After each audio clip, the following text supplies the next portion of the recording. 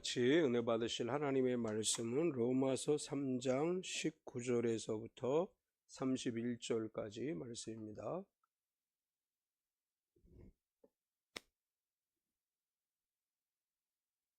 로마서 3장 19절에서부터 31절까지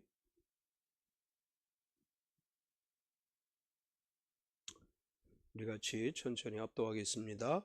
우리가 알거니와 무릇 율법이 말하는 바는 율법 아래 있는 자들에게 말하는 것이니 이는 모든 입을 막고 온 세상으로 하나님의 심판 아래 있게 하려 함이라. 그러므로 율법의 행위로 그의 앞에 의롭다 하심을 얻을 육체가 없나니 율법으로는 죄를 깨달음이니라. 이제는 율법 외에 하나님의 한 의가 나타났으니 율법과 선지자들에게 증거를 받은 것이라. 곧 예수 그리스도를 믿음으로 말미암아 모든 믿는 자에게 미치는 하나님의 의인이 차별이 없느니라. 모든 사람이 죄를 범하였음에 하나님의 영광에 이르지 못하더니 그리스도 예수 안에 있는 속량으로 말미암아 하나님의 은혜로 값없이 의롭다 하심을 얻은 자 되었느니라. 이 예수를 하나님이 그의 피로써 믿음으로 말미암는 화목제물로 세우셨으니 이는 하나님께서 길이 참으시는 중에 전에 지은 죄를 간과하심으로 자기의 의로우심을 나타내려 하심이니 곧 이때에 자기의 의로우심을 나타내사 자기도 의로우시며 또한 예수 믿는 자를 의롭다 하려 하심이라. 그런즉 자랑할 데가 어디 있냐? 있을 수가 없느니라. 무슨 법으로냐? 행위로냐? 아니라 오직 믿음의 법으로니라. 그러므로 사람이 의롭다 하심을 얻는 것은 율법에 붙지 않고 믿음으로 되는 줄 우리가 인정하노라. 하나님은 다만 유대인의 하나님이시냐? 또한 이방인의 하나님은 아니시냐? 진실로 이방인의 하나님도 되시느니라. 할례자도 믿음으로 말미암아 또한 무할례자도 믿음으로 말미암아 의롭다 하실 하나님은 한 분이시니라. 그런즉 우리가 믿음으로 말미암아 율법을 파기하느냐? 그럴 수 없느니라. 도리어 율법을 굳게 세우느니라. 아멘. 어떤 사람이 그런 표현을 했어요. 그 다윗이 솔로몬을 향해서 물맷돌을 가지고 나아갈 때 이스라엘 군인들은 이렇게 생각했대요. 저 조그만 놈이 저 덩치 큰 골리앗을 어떻게 이길 수 있을까? 그런데 골리앗은 이렇게 생각했대요. 저렇게 큰 놈인데 아무데나 던져도 맞겠지. 그런 생각을 하고 갔을 것이다. 이제 그런 글을 어떤 분이 올려놨어요. 우리가 문제를 대하는 태도는 저 큰 놈인데 어디를 던져도 맞겠지. 이런 자세로 도전하라. 이제 그런 글이었는데 우리가 살아가면서 늘 걱정하고 염려하기보다는 하나님이 우리를 위해 어떻게 역사하실 것인가에 대한 기대를 가지고 살아가는 것이 더 우리의 올바른 믿음이라고 할 수 있습니다. 오늘은 우리가 하나님의 은혜를 받고 구원을 받고 복을 받기 위해서 제일 필요한 게 뭐냐? 우리가 어떤 상태가 돼야 하나님의 은혜를 받고 어떤 상태가 돼야 구원을 받고 하나님의 은혜와 복을 누릴 수 있느냐? 성경은 딱 한 가지를 얘기해요. 의롭게 되는 것이다. 이렇게 얘기를 해요. 하나님은 거룩하시고 의로우시기 때문에 우리가 하나님과 만나고 하나님과 함께하는 믿음으로 살기 위해서는 우리도 의로운 사람이 되어야 된다. 이것이 성경이 우리에게 말씀하시는 것입니다.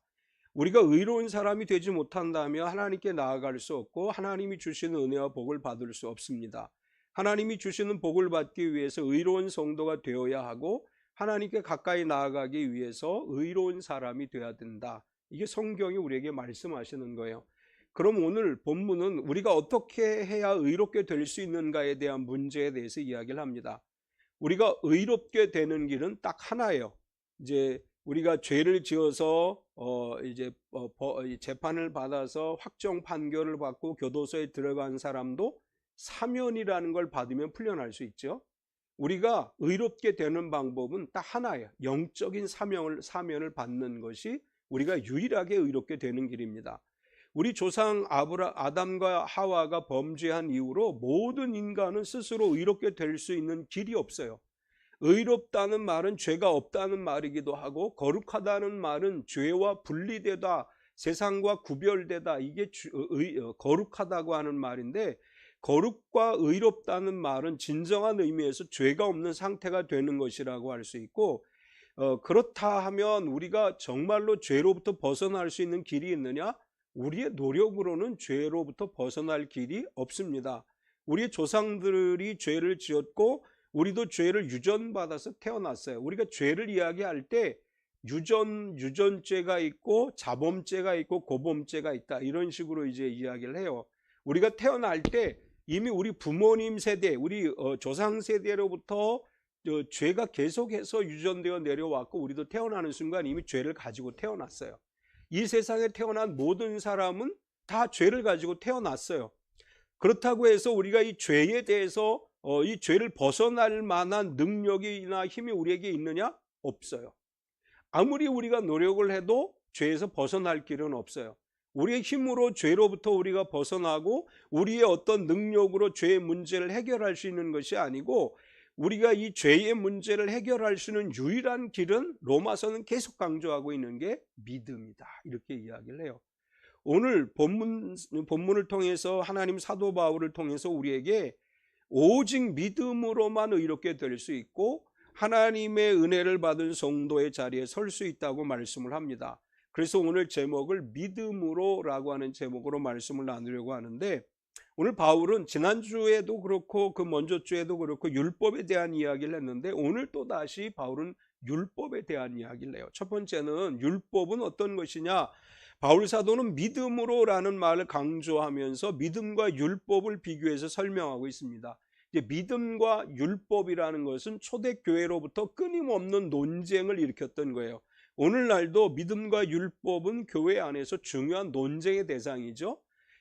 우리가 잘 알고 있는 안식교회, 제7일 안식일 교회는 율법을 강조합니다. 그 사람들은 그래서 율법을 강조하기 때문에 돼지고기도 안 먹고 이렇게 구약에 먹지 말라고 하는 거 안 먹고, 그리고 굉장히 철저하게 율법을 지켜야 된다고 강조를 해요. 그래서 주일을 지키는 것이 아니라 그 사람들은 안식일에 예배를 드리죠. 그래서 안식일 교회라고 불려지는 거예요. 이제 안식일은 원래 성경에서 하나님이 창조하신 날은 원래 주일부터 시작이 되죠. 원래 주일이 첫째 날이에요. 그리고 금요일까지 하나님이 창조를 하시고 제7일 되는 안식일에 하나님이 쉬셨어요. 그래서 구약시대의 유대인들은 안식일을 지켰어요. 주일을 지킨 것이 아니고. 그런데 언제부터 우리가 주일을 지켜요? 예수님이 부활하시고 나서 초대교회는 예수님이 부활하신 날을 주님의 날이라고 해서 주일이라고 지키게 됐고, 그때 초대교회로부터 주일 예배가 지켜지기 시작한 거예요. 우리 달력에는 주일이라고 안 돼 있죠? 일, 월, 화, 수, 목, 금, 토라고 돼 있어요. 일요일이 원래는 첫째 날이에요. 그래서 달력을 보면 달력의 제일 첫째 날이 뭐가 돼 있어요? 일요일이 돼 있죠. 마지막 날은 토요일로 돼 있고, 이게 하나님이 천지 창조하신 날을 기준으로 해서 이렇게 이제 설정한 것이고, 안식일 교회는 오늘도 안식일을 지키는 게 맞다. 그래서 그 사람들은 토요일 날 예배를 드리고 토요일 날 이제 하나님을 예배하는, 그리고 굉장히 율법을 강조합니다. 근데 바울은 오늘 우리에게 이런 얘기를 해요. 율법 아래 있는 사람들에게만 효력이 있다. 율법이라고 하는 것은 율법 아래 있는 사람들에게 효력이 있는 것이다. 19절을 보면 우리가 알거니와 무릇 율법이 말하는 바는 율법 아래 있는 자들에게 말하는 것이니 이는 모든 입을 막고 온 세상으로 하나님의 심판 아래 있게 하려 함이라. 이게 무슨 말이냐 하면 율법을 지켜야 된다고 주장하는 사람들에게만 율법이 효력이 있다는 거예요. 율법이 아니라 우린 믿음을 얘기하죠. 우리는 믿음으로 구원받았다고 얘기해요. 그래서 율법이 효력이 우리에게는 없다. 바울은 이렇게 이야기를 합니다. 율법대로 살아야 돼, 율법을 지켜야 돼, 할례를 받아야 돼 라고 이야기하고 그렇게 믿는 사람에게는 율법이 유효해요. 그러나 예수 그리스도가 우리를 구원하셨고 예수 그리스도를 믿음으로 구원받는다고 믿는 우리에게는 율법이 더 이상 효력을 발생하지 않는다. 우리는 오직 믿음의 법으로 하나님의 자녀가 되는 것이고 구원받는 것이다. 이렇게 바울은 이야기합니다. 우리가 율법이 아닌 믿음으로 구원받은 성도이기 때문에 더 이상 율법에 매여 있어서는 안 된다. 이렇게 이야기하고 우리가 율법주의자가 아니라 오직 믿음으로 사는 사람들이 돼야 된다. 근데 우리가 신앙생활을 하다 보면 처음에는 예수님을 만나서 구원받은 감격으로 살다가 시간이 지나면 점점 나도 모르게 율법주의가 돼가고 있어요.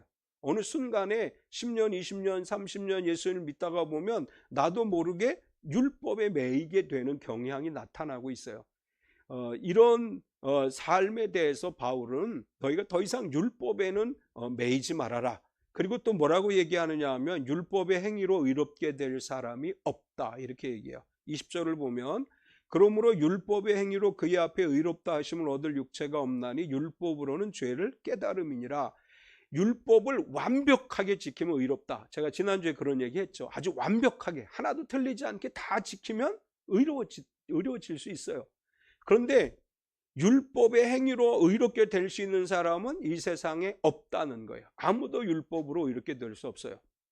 율법은 단지 어떤 역할을 우리에게 하느냐? 죄를 깨닫게 하는 역할을 해요. 우리가 구약 성경을 읽어보면, 율법을 읽어보면 하지 말아라, 이것도 하지 말아라. 그래서 율법은 죄가 무엇인지를 알게 한다는 거예요. 율법을 알므로 인해서 죄가 무엇인지를 알게 되고 하나님을 경외하지 않고 우상 숭배하고 이런 이야기들은 전부 율법에 나오죠. 율법은 이것은 죄야 라고 이야기를 해요. 그래서 이 죄가 무엇인지를 우리가 알게 되기 때문에 죄를 깨닫게 하는데 율법이 유익하다. 그리고 믿음이 율법을 온전하게 한다. 바울은 이렇게 이야기를 합니다. 31절을 보면 그런즉 우리가 믿음으로 말미암아 율법을 파괴하느냐? 그럴 수 없느니라. 도리어 율법을 굳게 세우느니라. 여기서 바울이 중요한 이야기를 합니다. 이제 믿음으로 사니까 율법은 우리에게 효력을 발생하지 않아. 그러니까 율법은 무시해도 돼 라고 생각하지 말라는 거예요.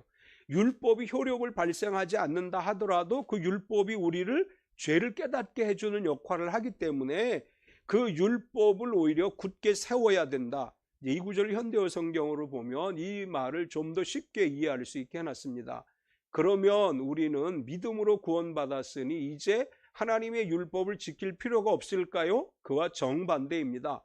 우리는 예수를 믿고 의지하는 만큼 더욱 참된 마음으로 하나님께 순종할 수 있습니다. 율법이 가지고 있는 장점이 뭐냐? 죄를 알고 하나님께 순종할 수 있도록 우리를 가르쳐 준다는 거예요. 믿음으로 사는 사람들은 율법을 통해서 하나님께 더 가까이 나아갈 수 있고 순종할 수 있다. 율법주의가 아니라 율법의 본래 의미를 잘 이해하고 율법을 깨달을 때 하나님을 더 잘 섬길 수 있다. 이제 이런 이야기입니다. 두 번째는 하나님의 의에 대해서 이야기를 해요. 바울은 율법에 의한 의는 불가능하다는 것을 말하면서 하나님에 의한 의에 대해서 말합니다. 우리가 율법으로 의롭다 인정을 받는 것이 아니라 하나님에 의한 의로 의롭다고 인정을 받게 된다는 것을 말했는데 21절에 보면 이제는 율법 외에 하나님의 한 의가 나타났으니 율법과 선지자들에게 증거를 받은 것이라. 이것은 유대인들에게 복음을 설명하기 위한 거죠. 이제 유대인들에게 이렇게 이야기해요. 여러분, 율법 외에 하나님의 한 의가 나타났습니다. 그것은 율법과 선지자들이 이미 예언한 것입니다. 증거를 받은 것이라는 이야기는 이미 구약 선지자들, 예언자들이 이미 예언한 말씀에 따라서 율법 외에 하나님의 의가 있다는 것을 이야기하는데, 하나님에 의한 의는 어떤 것이냐? 믿는 자에게 미치는 의다, 이렇게 표현을 했어요. 22절을 보면 같이 읽겠습니다. 곧 예수 그리스도를 믿음으로 말미암아 모든 믿는 자에게 미치는 하나님의 의인이 차별이 없느니라. 이제 이 구절을 좀 더 쉽게 이해하기 위해서 우리말 성경으로 보겠습니다. 하나님의 의인은 예수 그리스도를 믿는 믿음으로 인해 모든 믿는 사람에게 주어집니다. 거기에는 차별이 없습니다. 하나님의 의라고 하는 것은 예수 그리스도를 믿는 믿음으로 사는 사람들을 모두에게 주시는 것이다. 이렇게 말씀을 했어요. 우리가 율법대로 살아감으로 의로워지는 것이 아니고 율법을 통해 죄가 뭔지, 하나님을 어떻게 섬기는 것인지를 알게 되고, 그리고 예수 그리스도를 통해 구원받는다는 것을 알게 되었을 때 예수님을 믿음으로 구원받는 것이 진정한 의다. 예수님을 믿음으로 우리가 의롭게 될 수 있다. 자, 지금 구약 성경에 보면 죽지 않고 하나님 품 안에 올라간 사람, 그 수천 년의 역사 속에 두 분밖에 없었죠. 두 분 외에는 아무도 구약의 규정에 의해서 하나님께 의롭다고 인정받고 죽지 않을 수 있는 사람이 없었다는 거예요. 그렇게 율법을 지키는 것이 어려운 반면에 오늘 우리에게는 예수 그리스도를 믿음으로 하나님의 의가 우리에게 임한 것이다. 예수님을 내가 구세주로 믿는 순간 하나님이 우리에게 이렇게 말씀하세요. 너를 의롭다고 내가 인정하겠다. 이렇게 말씀하십니다.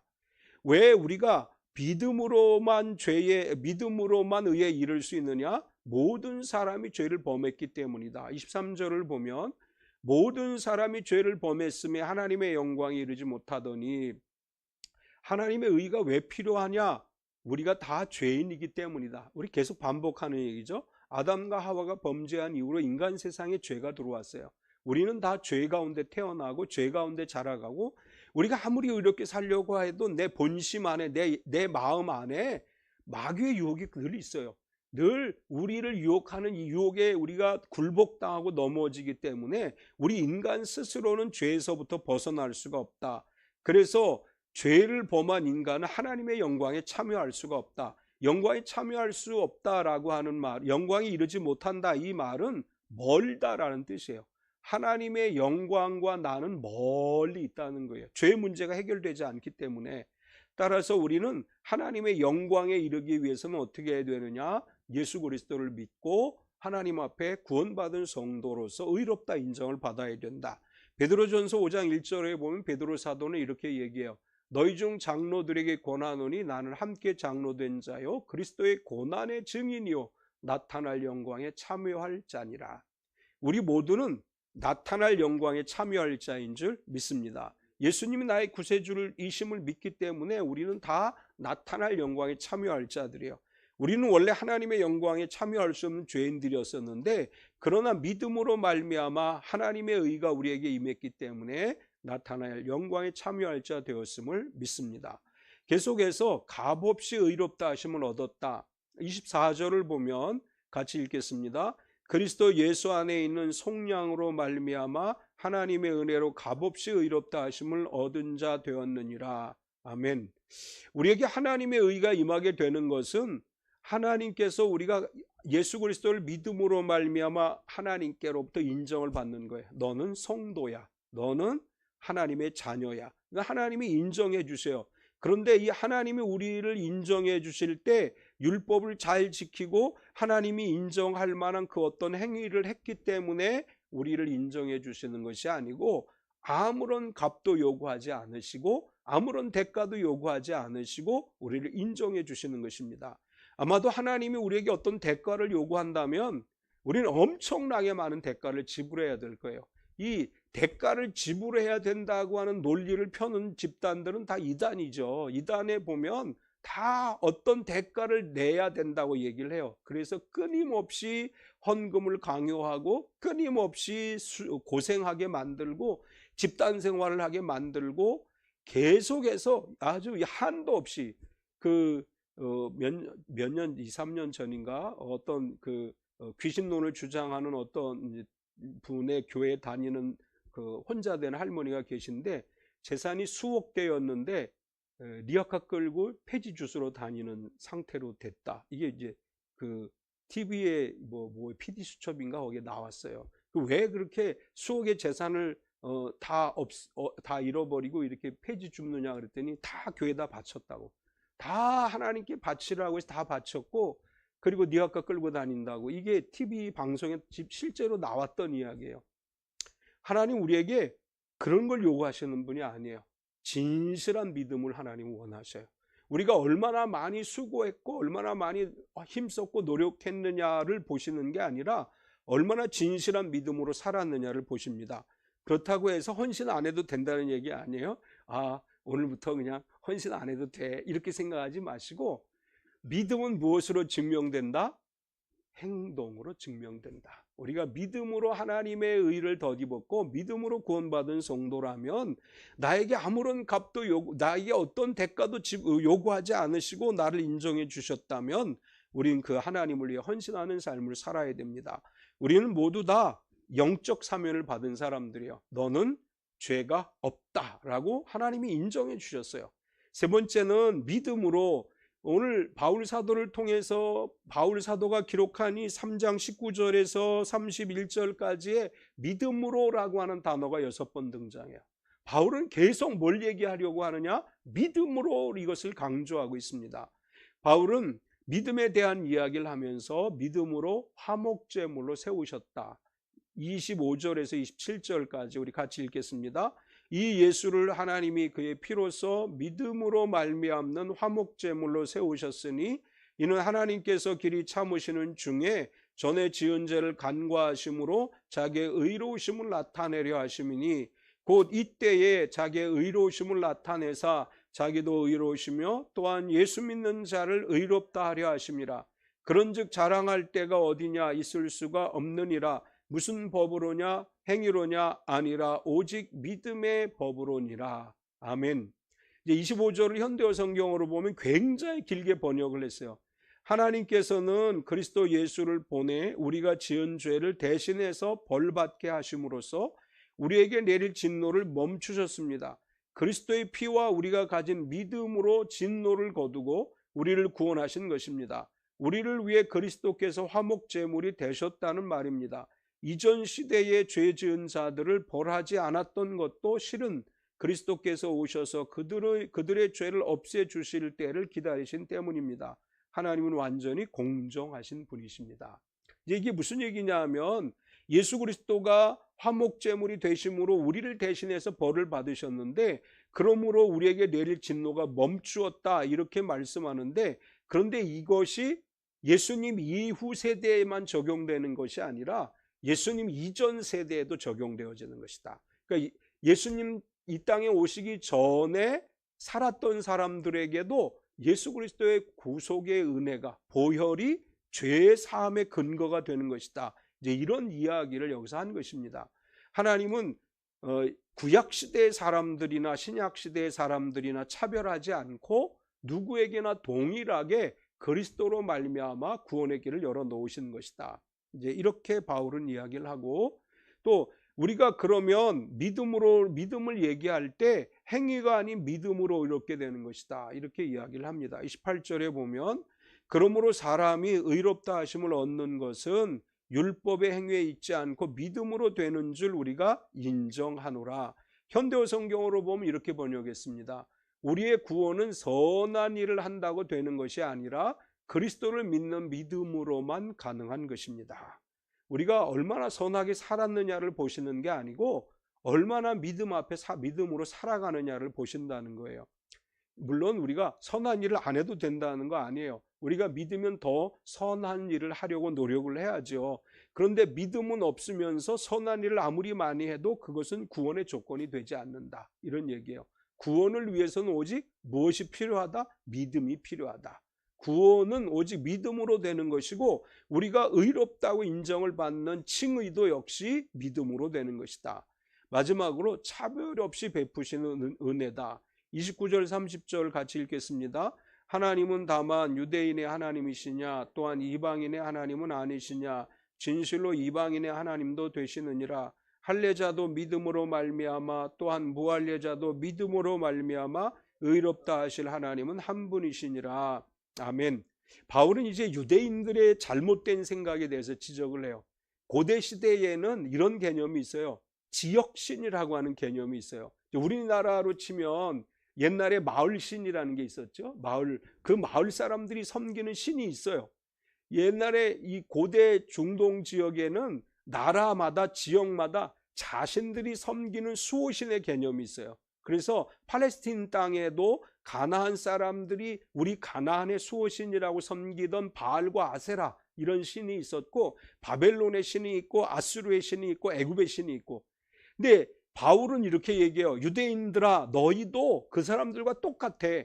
너희들은 어떻게 생각하느냐? 여호와 하나님은 우리 유대인의 신이다 이렇게 생각하고 믿고 있다는 거예요. 하나님은 너희의 신이 아니라 모든 사람의 신이야. 모든 사람들의 하나님이야. 그런데 너희는 우리 하나님이라고만 주장을 한다는 거예요. 따라서 바울은 하나님은 범우주적인 창조주이시고 전 우주적인 섭리주 구속주이신데 너희 유대인들은 고대 근동 지역에 있는 나라 사람들처럼 하나님은 유대인의 하나님이라고 하는 지역신의 개념을 가지고 있다. 바울은 이것을 지적을 하면서 하나님은 유대 지역의 하나님이 아니시고 온 우주 만물의 하나님이시다. 따라서 유대인이나 이방인이나 하나님은 차별하지 않는 분이시다. 우리가 교회 밖에 있는 사람들은 하나님이 버리신 사람이고 교회 안에 있는 우리들은 하나님의 선택을 받은 사람이다. 이런 개념을 깨트려야 돼요. 교회 밖에 있는 사람들도 하나님이 사랑하는 사람들이에요. 그 사람들도 언젠가 주님께 돌아오기를 하나님은 바라고 있어요. 우리가 우리만의 하나님이 아니라 온 우주 만물의 하나님인 것을 인정하고 우리 밖에, 교회 밖에 있는 사람들이 주님께 돌아와서 하나님의 자녀가 되도록 우리가 그들에게 사랑과 은혜를 베풀어야 되고 나눔을 실천해야 됩니다. 이 바울 사도가 이야기하려고 하는 이 말은 유대인들에게는 신성모독이에요. 유대인들이 생각할 때 유대인의 하나님이 아니야, 이방인의 하나님도 돼라고 이야기하면 유대인의 개념으로 보면 신성모독이에요. 그럼에도 바울은 이렇게 얘기해요. 내가 하는 이야기는 내가 하는 게 아니고 이미 구약시대의 선지자들이 한 이야기다. 선지자들이 이미 이렇게 예언을 했고 그리스도로 말미암아 이방인과 유대인이 동일하게 믿음으로 구원에 이르게 되고 믿음으로 아브라함의 자손이라고 하는 복을 누리게 되는 것이다. 이렇게 바울이 우리에게 설명을 해주고 있습니다. 하나님의 복음은 모든 사람에게 동일합니다. 누구든지라고 얘기해요.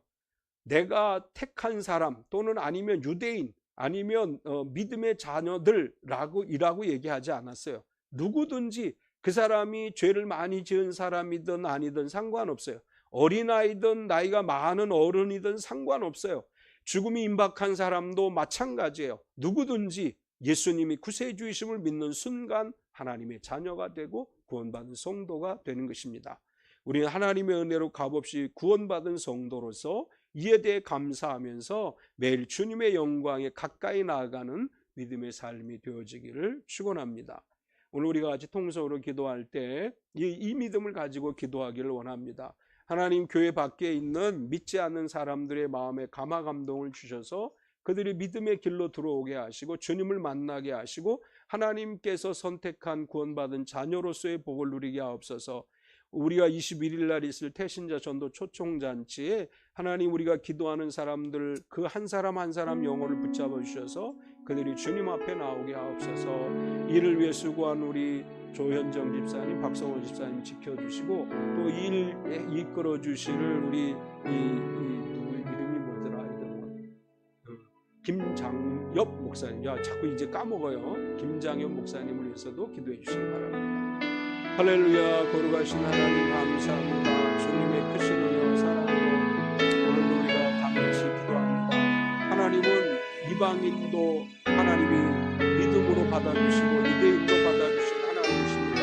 헬라인이나 또 이방 유대인이나 모든 이방인이나 관계하지 않고 모두가 다 하나님을 믿고 하나님 앞에 나오기를 간절히 원하신 하나님, 우리가 교회 밖에 있는 사람들을 위해서 기도합니다.